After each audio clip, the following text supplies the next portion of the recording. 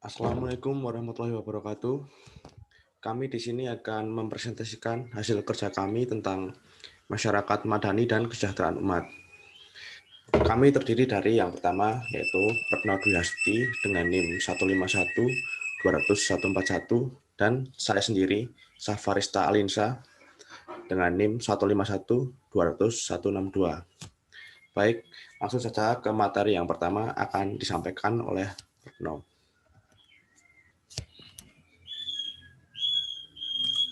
Materi yang pertama mengenai pengertian masyarakat madani. Masyarakat madani merupakan konsep yang berwayah wajah, memiliki banyak arti atau sering diartikan dengan makna yang berbeda-beda. Bila merujuk kepada bahasa Inggris, ia berasal dari kata civil society atau masyarakat sipil, sebuah kontraposisi dari masyarakat militer.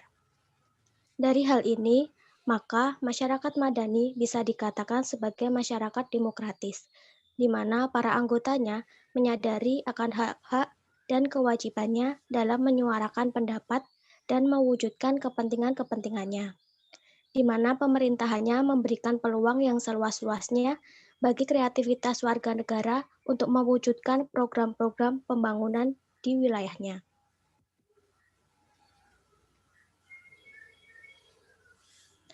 Yang kedua mengenai sejarah masyarakat madani. Dalam konsepsi Islam, masyarakat madani merujuk pada aktualisasi nilai-nilai Islam dalam Al-Quran yang diterjemahkan Rasulullah Shallallahu Alaihi Wasallam ketika hijrah dari Mekkah ke Madinah. Dari bentuk yang dicontohkan oleh Rasulullah tersebut sampai pada kita istilah masyarakat madani.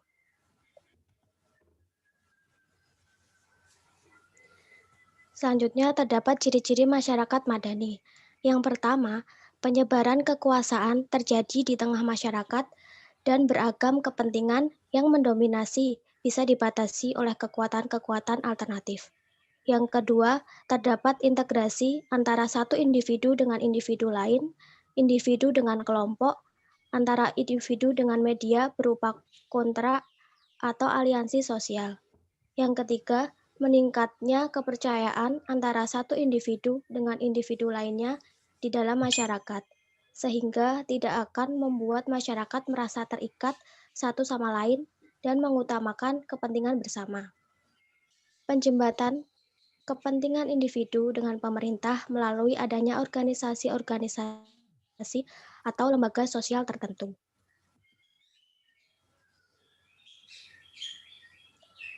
Selanjutnya, prasyarat masyarakat madani. Yang pertama, terpenuhinya kebutuhan dasar individu, keluarga, dan kelompok dalam masyarakat. Yang kedua, berkembangnya modal manusia dan modal sosial yang kondusif bagi terbentuknya kemampuan melaksanakan tugas-tugas kehidupan dan terjalinnya kepercayaan dan relasi sosial antar kelompok. Yang ketiga, tidak adanya diskriminasi dalam berbagai bidang pembangunan. Dengan kata lain, terbukanya akses terhadap berbagai pelayanan sosial. Yang keempat, adanya hak, kemampuan, dan kesempatan bagi masyarakat dan lembaga-lembaga swadaya untuk terlibat dalam berbagai forum di mana isu-isu kepentingan bersama dan kebijakan publik dapat dikembangkan. Yang kelima, adanya kohesivitas antara kelompok dalam masyarakat, serta tumbuhnya sikap saling menghargai perbedaan antara budaya dan kepercayaan. Yang keenam, adanya jaminan, kepastian, dan kepercayaan antara jaringan-jaringan kemasyarakatan yang memungkinkan terjalinnya hubungan dan komunikasi antar mereka secara terbuka dan terpercaya. Yang selanjutnya ada pilar penegak masyarakat madani. Yang pertama yaitu LSM. LSM merupakan institusi sosial yang dibentuk oleh swadaya masyarakat dengan tugas yaitu 1. Membantu perjuangan aspirasi dan kepentingan masyarakat tertindas. Kedua, mengadakan pemberdayaan masyarakat. Lalu ada pers, yaitu institusi penting dalam penegakan masyarakat madani, sebab memungkinkan mengkritisi dan menjadi social control yang dapat menganalisa serta mempublikasikan berbagai kebijakan pemerintah yang mengarah pada independensi pers. serta mampu menyajikan berita secara objektif dan transparan. Lalu, ada supremasi hukum.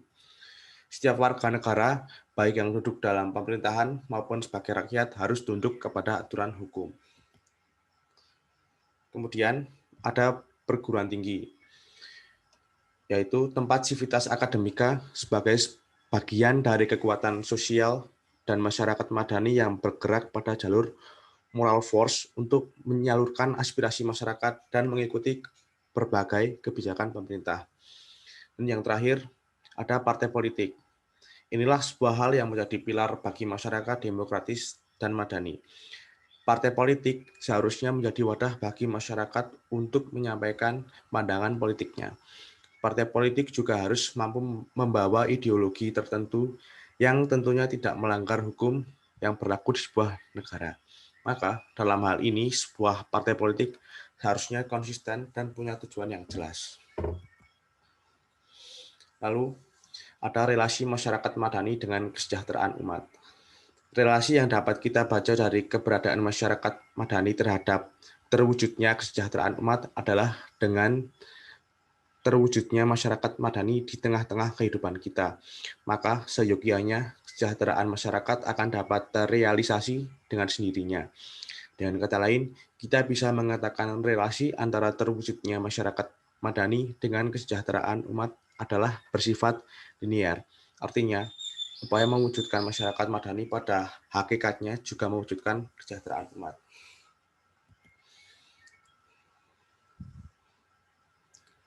Baik, itulah yang dapat kami sampaikan. Maaf apabila banyak terdapat kekurangan. Terima kasih atas atensinya. Sekian. Wassalamualaikum warahmatullahi wabarakatuh.